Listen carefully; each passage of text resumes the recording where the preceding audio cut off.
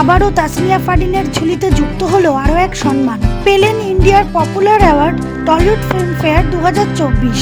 গত 30শে মার্চ কলকাতার luxurious hotel ITC royal বেঙ্গলে অনুষ্ঠিত হয়ে গেল বাংলার জমকালো অ্যাওয়ার্ড শো ফিল্মফেয়ার 2024। সেই অ্যাওয়ার্ড শোতে বাংলাদেশের বেশ কিছু আর্টিস্টদের মধ্যে তাসনিয়া ফারিনও দুটি বিভাগ থেকে নমিনেটেড হয়েছিলেন। Wonderful. It's my first time coming in the Filmfare and I have 2 nominations. তো এটাই সবচেয়ে বড় পাওয়া এবং সবার সাথে আসলে দেখা হবে, যেহেতু এখানে খুব একটা বেশি আসা হয় না, সেই সুবাদে যখনই আসা হয় এত সবার সাথে দেখার একটা সুযোগ হয়, খুব ভালো লাগে, এখানে এসে খুব ভালো লাগে। অবশেষে তার অভিনীত প্রথম সিনেমা আরও এক পৃথিবীর জন্য বেস্ট ডেবিউ ফিমেল অ্যাক্টর হিসেবে তিনি পুরস্কৃত হন, অ্যাচিভ করে নিলেন most gorgeous award black lady.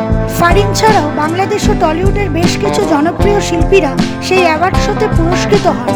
বর্তমানে এই জনপ্রিয় অভিনেত্রী নাটক ও ওটিটিতে ব্যস্ত সময় পার করছেন। আশা করা যায় খুব শীঘ্রই আবারও তার বড় পর্দায় দেখা মিলবে। তাসনিয়া ফারিনের এই সাফল্যের জন্য অনেক শুভেচ্ছা রইল। তার এই যাত্রাপথ সুদীর্ঘ হোক।